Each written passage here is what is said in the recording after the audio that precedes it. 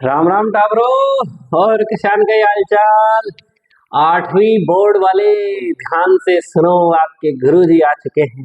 बढ़िया तरीके से आपका शानदार सिलेबस अपना निपटारा किया है और मुझे उम्मीद है कि आपने सबने नोट्स कंप्लीट बनाए होंगे।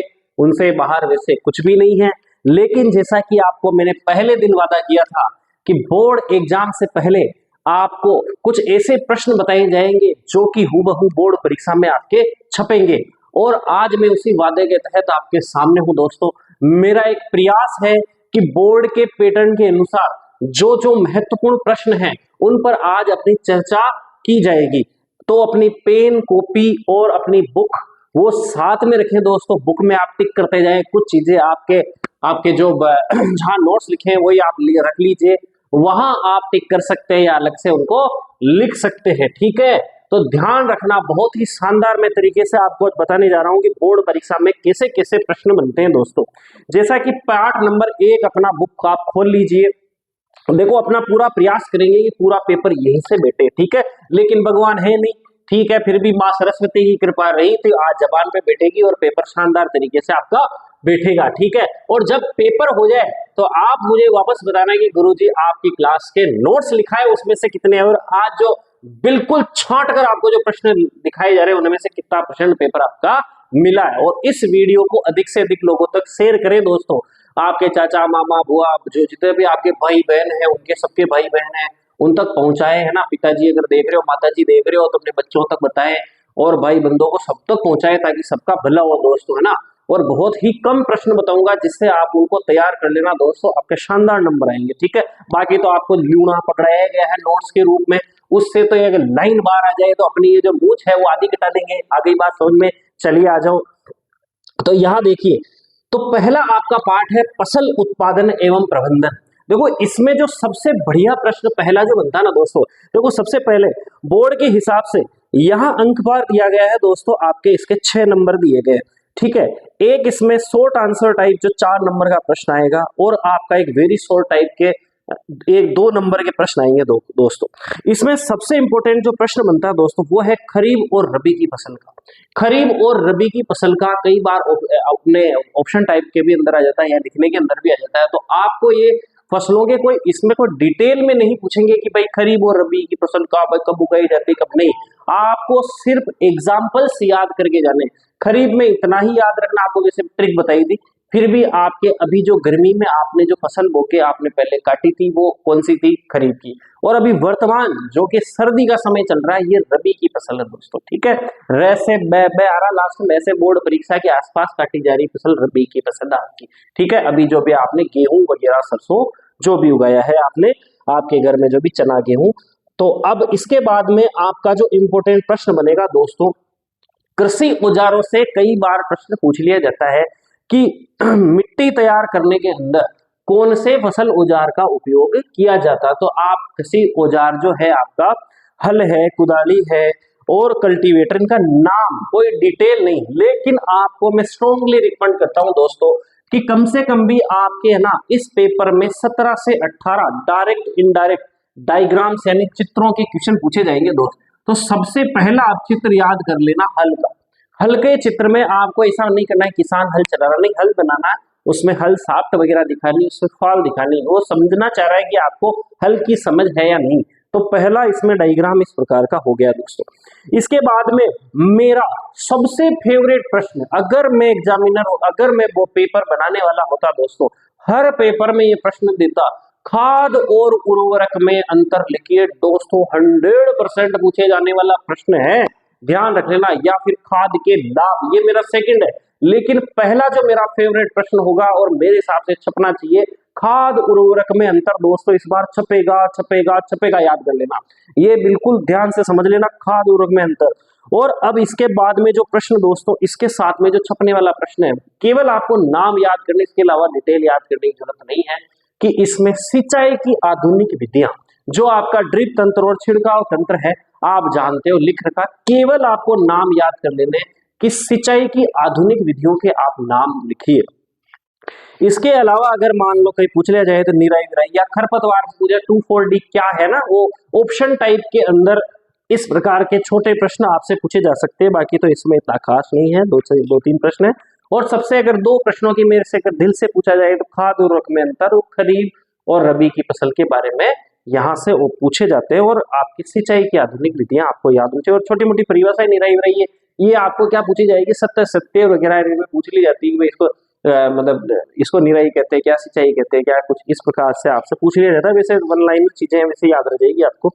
अगला जो आपका टॉपिक आता है दोस्तों, सूक्ष्म जीव मित्र एवं शत्रु। अब सूक्ष्म जीव मित्र एवं शत्रु के अंदर क्या होता है दोस्तों, आपके 6 नंबर का ये आपका जो है पाठ का इसमें भार दे रखा है, अंक भार 6 नंबर का।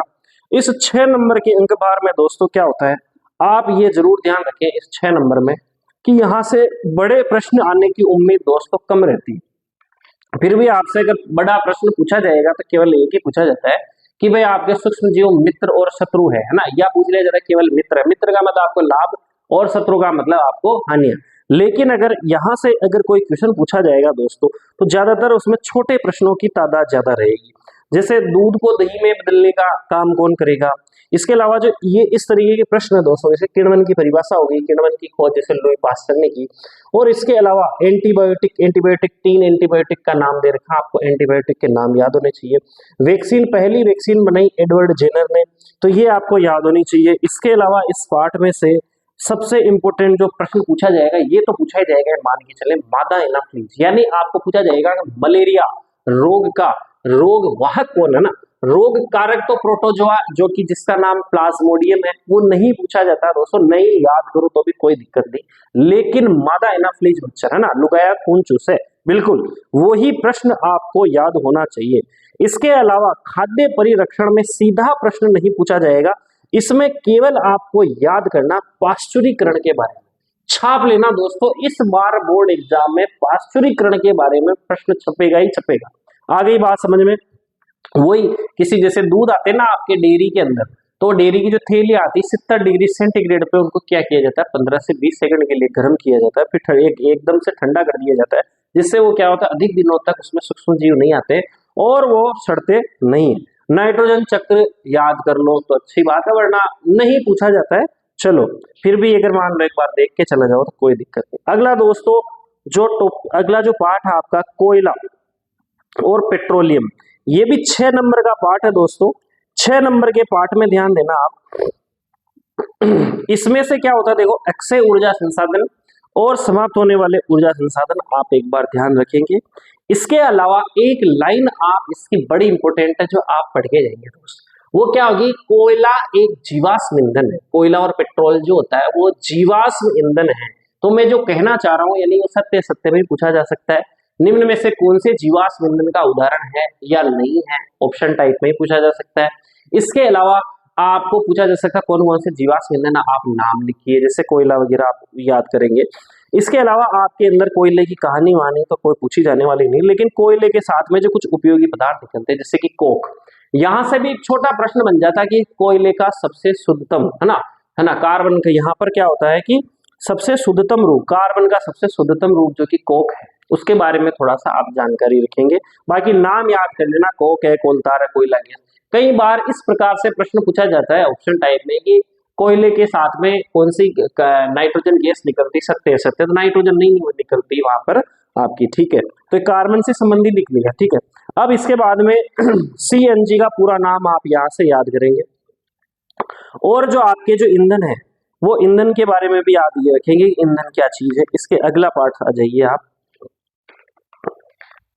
इसके बाद में दहन और ज्वाला। दोस्तों दहन और ज्वाला में जो एक प्रश्न तो आपका छपेगा ही छपेगा, ये मान के चले आपकी ज्वाला, मोमबत्ती की ज्वाला का नामांकित चित्र बनाएंगे, या फिर इसमें से आपको पूछा जा सकता है कि कौन सा भाग ज्यादा गर्म है जिसका कलर पूछ लिया जाए, कौन सा कम गर्म है जिसका कलर पूछ लिया जाए। लेकिन जनरली यहाँ से ज्वाला का चित्र पूछा जाने की 100% संभावना दोस्त। दहन की परिभाषा आप याद रखेंगे। इसके अलावा CO2 किस प्रकार आग बुझाने में सहायक है, पूछी जा सकती है। ज्वलन ताप की परिभाषा याद करो नहीं करो कोई दिक्कत नहीं है। अब इसके अलावा जो आपकी ज्वाला का चित्र हो गया, एक दोस्तों ईंधन दक्षता जो ऊष्मीयमान है उसका आपको याद होना चाहिए किलो जूल प्रति किलोग्राम जो इसकी इकाई है। और इसके अलावा ईंधन के जो हानिकारक उत्पाद है उसमें आप विष उष्ण और अम्ल वर्षा दी रखी है, 2 लाइन जरूर आप याद करेंगे। इसके अलावा इसमें ज्यादा कुछ पूछे जाने वाली बात है, हाँ ये जरूर याद रखिए कि आग जलाने में कौन सी गैस, ऑक्सीजन गैस है, उसका एक प्रयोग जनरली 99% नहीं पूछा जाता, फिर भी आप याद रखेंगे कि ऑक्सीजन जलाने में सहायक है और बुझाने में कार्बन डाइऑक्साइड गैस सहायक है। ठीक है, इसके बाद में आ जाओ पौधों और जंतुओं का संरक्षण। यहाँ से एक बड़ा प्रश्न जरूर आता है दोस्तों, तो इसमें आप याद करेंगे जैसे वनोन्मूलन क्या है, उसके क्या कारण है और उसके क्या परिणाम है। तो स्पेशली परिणाम से भी सीधा सीधा बड़ा प्रश्न बन जाता है दोस्तों, ये जरूर याद रखेंगे, मैंने बिल्कुल लिखाया हुआ आपसे। इसमें कई छोटी छोटी परिभाषाएं भी है, जैसे कि विशेष क्षेत्रीय प्रजाति क्या है ना, और वनस्पति जात प्राणी जात क्या, एक एक लाइन की चीजें है, कम चांस है लेकिन पूछे जा सकती है कभी कभी। एक बार क्या प्रश्न आया था दोस्तों कि भारतीय विशाल गिलहरी का नाम बताइए, है ना, ऑप्शन टाइप में आ गया था जिसका नाम है विसन, है ना। तो इस प्रकार के वैसे प्रश्न ठीक है, लेकिन एक प्रश्न आप जरूर याद रखेंगे, इंडेंजर्ड स्पीसीज, संकटापन्न जंतु यानी जो समाप्त होने की कगार पर है, इंडेंजर्ड स्पीसीज के अंदर संकटापन्न जंतु, और इनका रेड डाटा पुस्तक के अंदर इनका वर्णन आता है। ये आपसे 1000% प्रश्न पूछा जाएगा दोस्तों। कागज के पुनर्चक्रण पे भी कभी कभी प्रश्न पूछ लिया जाता है, तो आप याद करेंगे कागज का पुनर्चक्रण के बारे में। अगले पाठ पर आ जाइए। ए पपुड़ा किताब तो खोल रखी ना नालायक, हाँ सूतो कान में ईयरफोन लगा सुन रही हो वीडियो, ये न कर लो, ध्यान रखिए। हाँ बिल्कुल, अगला पाठ है आपका जंतुओं में जनन। जंतुओं में जनन जो दोस्तों है वो आपका, अच्छा पौधों जंतुओं का संरक्षण 7 नंबर का दोस्तों, ठीक है, और जंतुओं में जनन जो है दोस्तों वो 6 नंबर का प्रश्न है। तो यहां से आप इस पाठ के अंदर चित्र आप याद करेंगे। पहला चित्र जो है वो आपका नर जन्नांग और दूसरा मादा जन्नांग के बारे में यहाँ से आपका चित्र पूछा जाएगा, और मेंढक का जीवन चक्र। इस पाठ में आपको 2 चित्र कम से कम एग्जाम में देखने को मिलेंगे। आ गई बात समझ में। अब यहां से अगर आपको डिटेल्ड प्रश्न पूछा जाएगा तो मेरे हिसाब से निषेचन के बारे में आप याद करेंगे। इसके अलावा निषेचन के अलावा जरायुज अंडक ठीक है, आ जाए तो ठीक है, नहीं तो वैसे नहीं है, लेकिन इसका स्टार मार्क प्रश्न वेरी वेरी वेरी इंपॉर्टेंट, ये तो छपेगा ही छपेगा। अलैंगिक जनन की परिभाषा और इसके प्रकार, अलैंगिक जनन की परिभाषा और प्रकार, और इसके एग्जाम्पल्स आप, जो मुकुलन है जो कि हाइड्रा में हो रहा है और द्विखंडन जो कि अमीबा में हो रहा है, वो आप ये इसके एग्जाम्पल्स भी सीधे सीधे पूछ ले जाते हैं, ये छपेगा, याद रख लेना। आ गई बात समझे। कायांतरण का आप इसका डायग्राम आप याद रखेंगे। कायांतरण में केवल आप थायरोक्सिन हार्मोन का बारे में याद रखेंगे कि थायरोक्सिन हार्मोन की भूमिका है। अगले पार्ट पर आ जाइए, किशोरावस्था की ओर, जो कि 6 नंबर का प्रश्न है दोस्तों। मैंने आपको इसमें लिखाया था यौनारंभ में होने वाले परिवर्तन। सीधा सीधा नहीं पूछा जाएगा कि आपको यौनारंभ में होने वाले परिवर्तन लिखिए, बहुत कम चांस है दोस्तों। या पूछा जा सकता है 1 लिखिए, 2 लिखिए, 3 लिखिए, दैट इज डिफरेंट थिंग, लेकिन कोई पूरा इस तरीके से डिटेल्ड आपको नहीं पूछेगा। हाँ, इसमें से एक आदि आपको गुण उठा के प्रश्न पूछा जाता है, जैसे स्वर में परिवर्तन होता है समझाइए, या इस उम्र में चेहरे पर दाढ़ी मूछों का आ जाना, या चेहरे पर पुंसियों का हो जाना, इस कारण को आप समझाइए। तो आप उसको समझा सकते हो कि भाई इसमें स्वेद और तेली ग्रंथियों की वृद्धि हो जाती है, जिससे कील और मुंह से निकल आते हैं।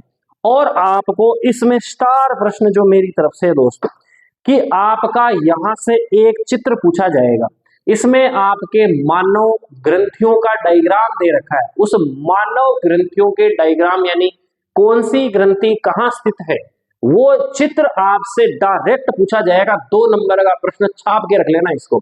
इसके अलावा इसमें आपको एक नर जनन हार्मोन जिसका नाम है टेस्टोस्टेरोन, टेस्टिस से याद कर लेना। मादा जनन हार्मोन जिसको एस्ट्रोजन कहते हैं, वो याद कर लेना।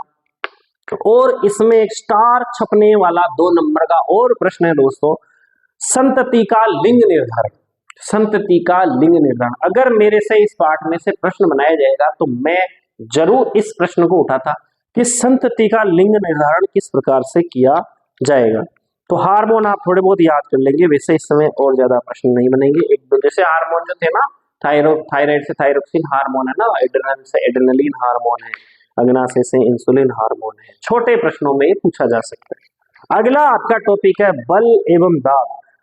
बल एवं दाब।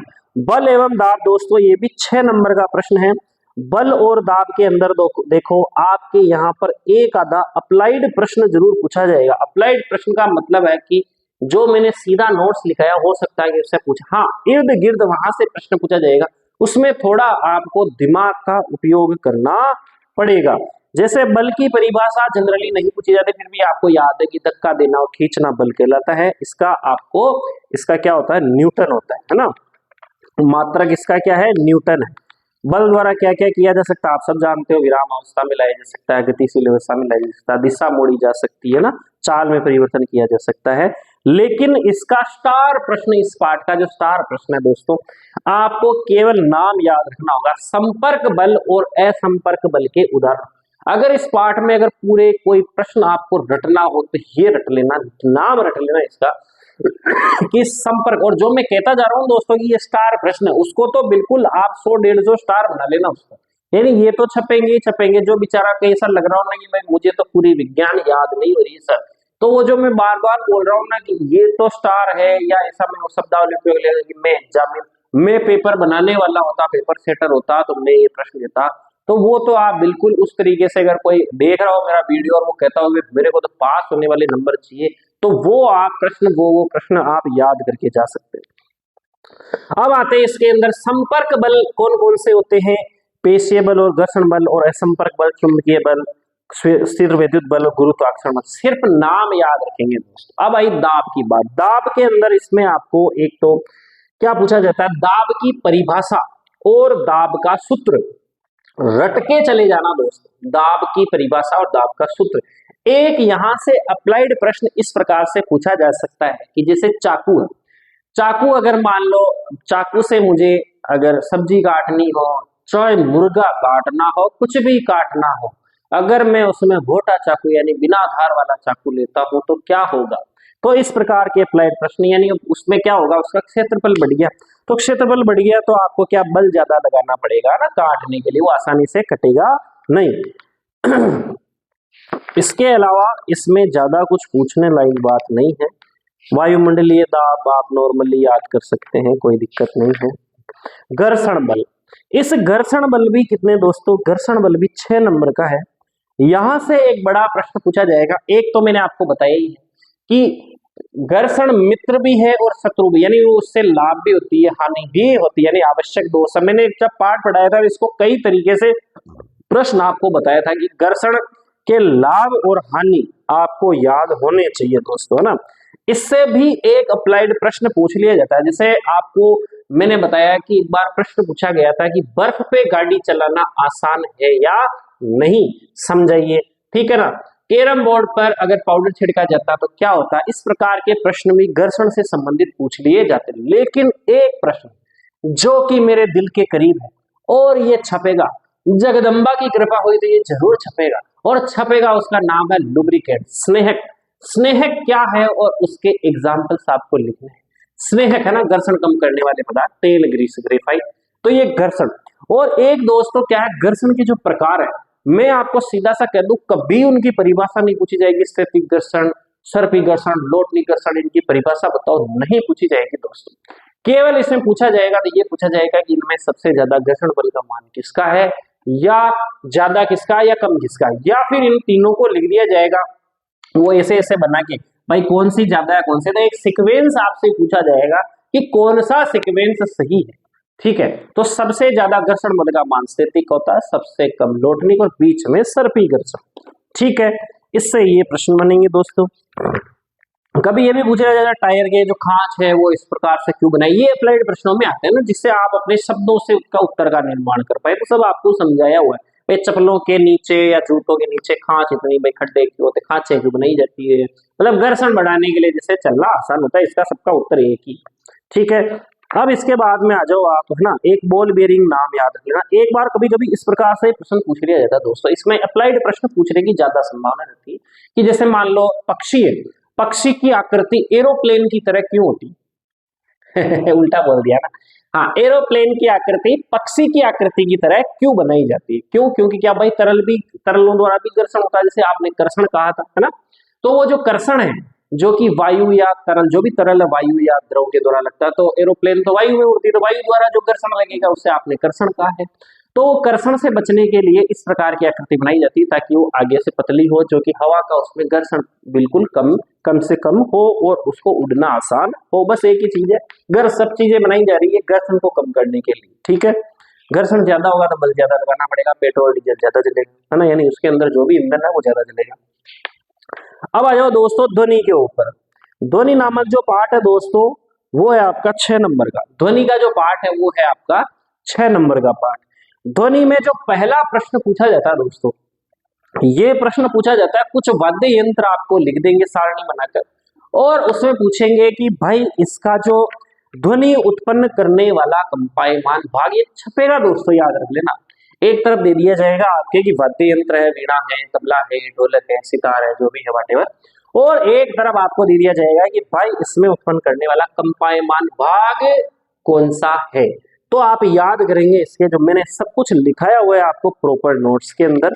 इसके अलावा एक लाइन जरूर याद रखेंगे आप कि उसको सत्य सत्य में पूछा जा सकता है, एबे के अंदर भी पूछा जा सकता है, शॉर्ट में भी पूछा जा सकता है। ध्वनि संचरण के लिए माध्यम की आवश्यकता होती है। आगे बात समझ में, ठोस में भी होगा, द्रव में भी होगा, गैस में भी होगा, लेकिन जहां माध्यम नहीं है यानी निर्वात वैक्यूम, इसमें ध्वनि संचरित नहीं होगी। आपसे पूछ ले कि निम्न में से कहां ध्वनि संचरित नहीं होगी? पृथ्वी पर, लोहे पर, पानी में, हवा में, चंद्रमा पर। चंद्रमा वायुमंडल निर्वात नहीं होगी, ठीक है। और मान लो पूछ लिया जाए कि भाई किसी लोहे का उदाहरण दिया, लोहा, स्टील, हवा, पानी, या फिर चौथा ऑप्शन दे निर्वात, है ना। तो इस प्रकार से आप इसको लाइन को याद करेंगे कि यहां से प्रश्न पूछे जाते हैं। एक आपको डायग्राम जो आपको रटना होगा वो है कान का, मानव कर्ण का आपको डायग्राम बनाने के लिए पूछा जाएगा, ठीक है। और इसमें प्रबलता और तारत्व में आप अंतर के रूप में इसको पढ़ेंगे कि कभी ऐसा पूछ लिया जाता है कि जो प्रबलता या तारत्व के बारे में डायरेक्ट या तो पूछ लिया जाता है क्या है इसमें लिखाया हुआ है, या फिर आपको उदाहरणों से पूछा जाता है कि मच्छर की भिनभिनाहट और शेर की दहाड़ में क्या अंतर है, बड़े बच्चे की आवाज भैया, बड़े पुरुषों की आवाज या छोटे बच्चों की आवाज में क्या अंतर है, और या पूछा जाए महिला और पुरुष की आवाज में क्या अंतर है। तो इस प्रकार से प्रबलता और तारत्व से संबंधित प्रश्न आपसे पूछे जाएंगे। और प्रबलता का मात्रक क्या है? डेसिबल है, ठीक है। और आवृत्ति, वेरी गुड। और आवृत्ति क्या है? आवृत्ति का यहाँ पे परिभाषा नहीं पूछ के आवृत्ति का यहाँ पर आपको मात्रक जो कि हर्ट्ज है ये पूछा जाएगा। आगे बात समझ में, चलिए आ जाइए। एक आपको प्रश्न यहां से बनता है श्रव्य और अश्रव्य ध्वनियों का परास। ये परास आप याद करेंगे, कभी कभी आपसे शोर और संगीत के लिए पूछ लिया जाता है ना। और शादियों का सीजन है, ध्वनि प्रदूषण पे, फिर भी मैं बता रहा हूँ, 100 में तो घुना ही बता दिया आप। अगर इनसे मेरे मन से पूछा जाता है तो क्या पूछा जाएगा? एक तो मानव कर्ण का आप डायग्राम याद करेंगे, इसके अलावा श्रव्य की परास, और आप हर्ट्ज और ध्वनि प्रदूषण पे थोड़ा ध्यान जरूर देंगे। शोर संगीत में अंतर पूछ लिया जाता है कभी कभी, फिर भी नहीं भी करे तो भी कोई बात नहीं। अब आ जाओ विद्युत धारा का रासायनिक प्रभाव। ये भी दोस्तों 6 नंबर का प्रश्न है। यहां से आपके जो प्रश्न बनेंगे ऐसे कैसे छपेंगे जो मैं बोल रहा हूँ। विद्युत धारा का रासायनिक प्रभाव की परिभाषा, विद्युत लेपन, मैं क्या कर रहा हूँ, विद्युत लेपन की परिभाषा जिसके उदाहरण सहित आपको जो सेल द्वारा बताया गया है विद्युत लेपन, कि विद्युत लेपन को दर्शाने वाला जो परिपथ है वो आपको बनाना होगा दोस्तों। तो इसमें एक डायग्राम हो गया, 2 प्रश्न हो गए, विद्युत धारा का रासायनिक प्रभाव क्या है, विद्युत लेपन क्या है, और इसका चित्र। इसके अलावा इसमें कोई ज्यादा खास प्रश्न नहीं बनते। अप्लाइड प्रश्न अगर सीधे से डायरेक्ट उल्टे तरीके से पूछ लिया जाए कि भाई साइकिल की घंटियों में इस प्रकार का क्रोमियम वगैरह कुछ का यूज किया जाता है, क्यों किया जाता है, या लोहे की वस्तुओं पर जिंक का लेपन किया जाता है, क्यों किया जाता है, इसका नाम क्या है, तो कुल मिला के है ही चीज इन्हीं से ही प्रश्न है ना। अब आगे आ जाइए दोस्तों, कुछ प्राकृतिक परिघटनाएं। ये 5 नंबर का प्रश्न है दोस्तों। इसमें जो प्रश्न बनेगा एक आवेशों का स्थानांतरण। मैं इसको बहुत ज्यादा स्ट्रेस नहीं दे रहा हूं कि आवेशों के स्थानांतरण से प्रश्न पूछा जाएगा, लेकिन फिर भी आप एक नजर इस पे देख के जाएंगे। इसके अलावा तड़ित और भूकंप से सुरक्षा, एक प्रश्न यहां से पूछा जाएगा, या तो तड़ित से सुरक्षा के बारे में या भूकंप से सुरक्षा के बारे में। अगला जो प्रश्न है, जो छपने वाला प्रश्न है, पृथ्वी की आंतरिक संरचना का नामांकित चित्र बनाइए। आगे बात समझ में, इसके अंदर आपका दे रखा है पाठ में कि पृथ्वी की संरचना का नामांकित चित्र बनाइए। आगे बात समझ में, रिएक्टर पैमाना आप याद रखेंगे। अगला पाठ आ जाइए प्रकाश। प्रकाश जो है दोस्तों सर्वाधिक अंक भार रखने वाला पाठ है, 8 नंबर का।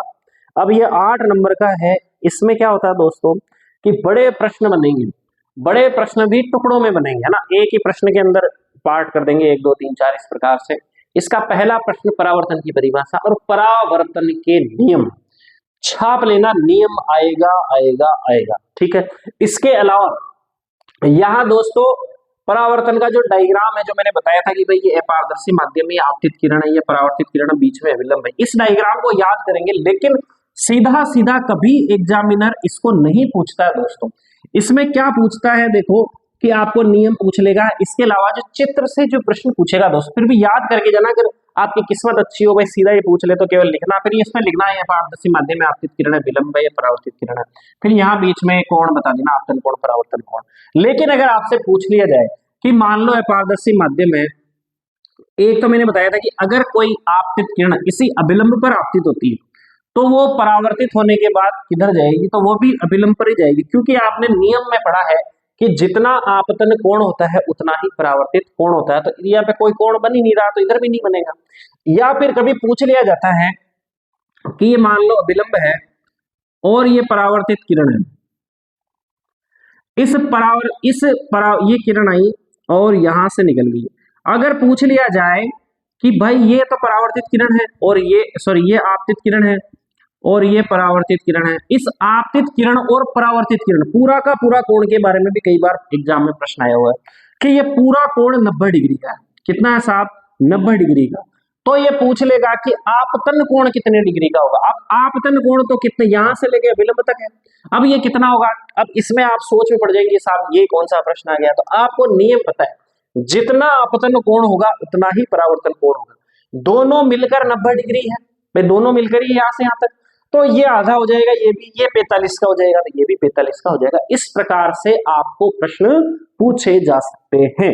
मैं एग्जामिनर होता, मैं पेपर सेटर होता तो मैं ये प्रश्न जरूर पूछता इस प्रकार से, ठीक है। परावर्तन के प्रकार ज्यादातर नहीं पूछे जाते, फिर भी याद करना हो तो आपकी मर्जी है। इसके अलावा बहुत चर्चित जो छपने वाला प्रश्न दोस्तों, आंख का नामांकित चित्र बनाइए। आंख का नामांकित चित्र बनाइए और इसकी डिटेल में से एक आधा छोटा प्रश्न, फिर भी आप नाम सबके याद रख लेंगे क्योंकि आंख का नामांकित चित्र बनाते हुए वर्णन करें 2 लाइन, इस प्रकार से भी आ जाता है भाई। 1 2 नंबर चित्र के दे दिए, 1 2 नंबर उसके डिटेल के दे दिए। आंख का चित्र कम से कम आप बना के जाएंगे, 110% यहां से प्रश्न पूछा जाएगा। आ गई बात समझ में। और आंख से कभी कभी मैं कह रहा हूँ ना भाई, आपको चित्र के अलावा हो सकता है एक छोटा प्रश्न पूछे, जैसे आंख का जो रंग है वो निर्धारित कौन करता है, परितारिका करता है। इसके अलावा पूछ लिया जाए भाई कोशिका संकुल शलाका कोशिकाओं के बारे में, है ना भाई, उल्लू में कौन सी ज्यादा अधिक होती है, रात में देखने के लिए शलाका है तो शलाका ही होगी, ठीक है। इसके अलावा एक आप नाम याद रखेंगे ब्रेल लिपि का, कि भाई चाक्षुक विकृति, जो आदमी अंधे हो जाते हैं, अंधे जिसे आपने कहा चाक्षुक विकृति यानी चक्षु से संबंधित विकृति आ जाती है, जो देख नहीं सकते, है ना, वो जो लोग हैं जो जन्मान होते देख नहीं सकते, तो फिर उनके लिए ब्रेल लिपि यानी उभरे हुए अक्षर होते हैं दोस्तों, उनको समझ के वो पढ़ते हैं, उसका नाम है ब्रेल लिपि। ब्रेल एक वैज्ञानिक थे, ये भी अंधे थे, इन्होंने इजाद किया था, उन्हीं के सम्मान में इसका नाम दिया गया ब्रेल लिपि। आगे बात समझ में, तो ये ब्रेल लिपि आप याद करेंगे। अब ये इस प्रकार से होता है आपका पाठ खत्म। देखो दोस्तों, आज अपन ने इंपॉर्टेंट प्रश्नों के बारे में चर्चा की है, इससे बाहर वैसे होने जाने वाला कुछ है नहीं। फिर भी आप मेरी माने तो जो अपने नोट्स लिखाए हैं, नोट्स मैंने अधिकतर ज्यादा से ज्यादा मेरे ख्याल से 20 पेज या अधिकतम 22 पेज, इससे ज्यादा आपके नहीं भरे होंगे। इनको मेरे ख्याल से आप पढ़ने लगो खुद की हैंड राइटिंग में, क्योंकि वो साइकोलॉजी बताई कि खुद का लिखा हुआ अपने को बहुत अच्छा याद होता है। किताब पढ़ते हैं, किताब में भूल जाते हैं, लेकिन अपने लिखे हुए को अपने याद करते हैं दोस्तों, तो अपने को लंबे समय तक याद रखते हैं। कई बार एग्जाम पूछा जाता है तो वो आता है यार उस वाले पेज में उस कोने पे ये बात लिखी थी, तो वहां से अपना लिंक बैठ के वो चीजें भूल भी गए हो तो अपने को याद आ जाती है दोस्तों। तो अब मेरा निवेदन है कि सबसे पहले तो उस नोट्स को आप एक उस नोट्स को 3 से 4 घंटे में आराम से आप पढ़ सकते हो, तो 2-3 बार उसको पढ़ सकते हो। लेकिन फिर भी ये मैंने एग्जाम से पॉइंट ऑफ व्यू से कुछ क्वेश्चन बताए, इनको थोड़ा ज्यादा आप गहराई से रट के ही जाना। फिर भी वो जो बंदे हैं कि भाई हमें तो पास होना, तो फिर मैंने जो आपको बताया कि ये प्रश्न तो छपेगा ही छपेगा, मतलब छपेगा ही छपेगा, उन पे आप बार बार स्टार लगा लें और उन्हीं को रटते जाए, आप पास हो जाओगे। या फिर मैंने आपको जो चित्र बताए हैं दोस्तों कि लगभग ये मान के चले आप कि डायग्राम्स के अंदर 14 से 15 नंबर के डायग्राम के आपके नंबर मिल जाते हैं, तो डायग्राम आप जरूर याद करके जाएंगे सारे जो मैंने आपको बताए, उनसे बाहर ज्यादा आने की संभावनाएं नहीं है। आगे बात समझ में। तो अब मेरा निवेदन ये है कि ये जो आज जो मैंने बताया था आपको, है ना, एक प्रकार से मेरा एक आशीर्वाद है। मैंने खूब रिसर्च की, सोचा भाई क्या आ सकता है क्या नहीं आ सकता, पुराने पेपर देखे किस प्रकार का पैटर्न चल रहा है, कैसे कैसे प्रश्न बन सकते हैं, तो ये मैंने आपके सामने इसको रखा है। अब इस वीडियो को आप अधिक से अधिक फैलाएं ताकि आपका ही भला हो और हमारा तो हो न हो ठीक है, लेकिन किसी न किसी आदमी का इसको भला हो, क्योंकि कर भला तो हो भला। आप दूसरों का भला सोचोगे तभी तो आपका भला होगा, वरना वहां पे आपको प्रश्न याद नहीं आएंगे दोस्तों। समझ में आ गई ना बात। हाँ, कर्ण ने क्या विद्या किसके लिए की? कोई समाज के भले के लिए विद्या ग्रहण नहीं की थी, उन्होंने किसके लिए की? अर्जुन को हराऊंगा, यानी उन्होंने गलत, उनका उद्देश्य क्या था? गलत था। और श्राप मिलके देखो रणभूमि में पड़ा इस प्रकार से। ठीक है उसके साथ जो भी छल हुआ, लेकिन अंतिम रूप से उसके साथ वही चीज हुई क्योंकि उसका उद्देश्य सही नहीं था। तो अपना भी उद्देश्य क्या होना चाहिए? अच्छा होना चाहिए। अच्छे उद्देश्य से इसको शेयर करें ताकि आपको एग्जाम में आपको भगवान भी आपकी सहायता करेगा और आपको सब याद आएगा। ओके, अच्छे से एग्जाम देना है, आत्मविश्वास के एग्जाम देना है। मैं कह रहा हूं प्रश्न पहला पूरा पढ़िए, आप पूरा पेपर आप एक बार नजर से निकालिए, 10 मिनट लगेंगे। पूरा पेपर देखिए और उसमें जो सबसे अच्छा आए दोस्तों, उससे कॉन्फिडेंस बढ़ता है अपना। मैं तो कह रहा हूँ एक बार पूरा पढ़ लिया और अपने को लगा कि अपने को आता भी नहीं आ रहा, तो भी कोई दिक्कत नहीं है। अंकुर शर्मा सर की शक्ल याद करना कि वो कैसे पढ़ा रहे थे, ऐसे मजाक करते पढ़ा रहे थे, वो सब चीजें आपको धीरे धीरे एग्जाम में याद आ जाएगी। सबसे पहले तो ये जो है ना दोस्तों, इस पर स्ट्रेस अपना बिल्कुल नहीं होना चाहिए, इसको थोड़ा आजाद करो ना। और शब्द आपके सब हाथ में दोस्तों, आप सब बहुत होशियार हो, ज्यादा आपको कमजोर नहीं हो, ठीक है। तो आपको क्या करना है कि वहां बिल्कुल स्ट्रेस फ्री रहना। एक भी नहीं आए तो साला क्या होगा, जिंदगी खत्म थोड़ी हो जाएगी ना, जिंदगी कभी खत्म नहीं होती दोस्तों। पास हो नहीं हो कोई दिक्कत नहीं, जितना आपने मेहनत की मेहनत कर ली, जितनी पढ़ाई की कर ली, और टाइम है और कर लो, साल नहीं आए तो बाढ़ में जाओ, ऐसे करो, है ना। समझ में आ गई ना। तो आपने को ज्यादा स्ट्रेस लेना नहीं है, नोट्सों को बार बार रटना नहीं होता, इन क्वेश्चनों को आप बार बार रट लेंगे एग्जाम में। सबसे पहले मेरा मानना है कि सबसे पहले बड़े प्रश्न करने चाहिए आपको, ताकि लास्ट में जल्दी जल्दी में छोटे प्रश्नों निपटा सकते हैं, लेकिन बड़े प्रश्न लास्ट में रह जाते तो अपन बहुत उसको शॉर्ट में निपटाते। और एक बार मानना कि कोई भी प्रश्न यानी कॉपी अपनी खाली नहीं छोड़ने, कुछ भी लिख के आना, कुछ भी मतलब उससे संबंधित, या ऐसा नहीं गाने और शायरी लिखे है ना, अंकुश जी सर की शायरी जो लिखाई थी वो लिख के आएगा, शायरी नहीं लिखनी है, उससे संबंधित कुछ भी चीज आए लिखो, पर उसमें खाली कोई छोड़ के नहीं आएगा दोस्तों। आ गई बात समझने। और आत्मविश्वास के साथ आपको पेपर करना है। बड़े प्रश्न पहले करें, छोटे प्रश्न बाद में करें, या जो भी आपको पहले अच्छा रहा उसको पहले करें, डरने की कोई दिक्कत नहीं, सारे प्रश्न करें। ओके, जय सिया राम।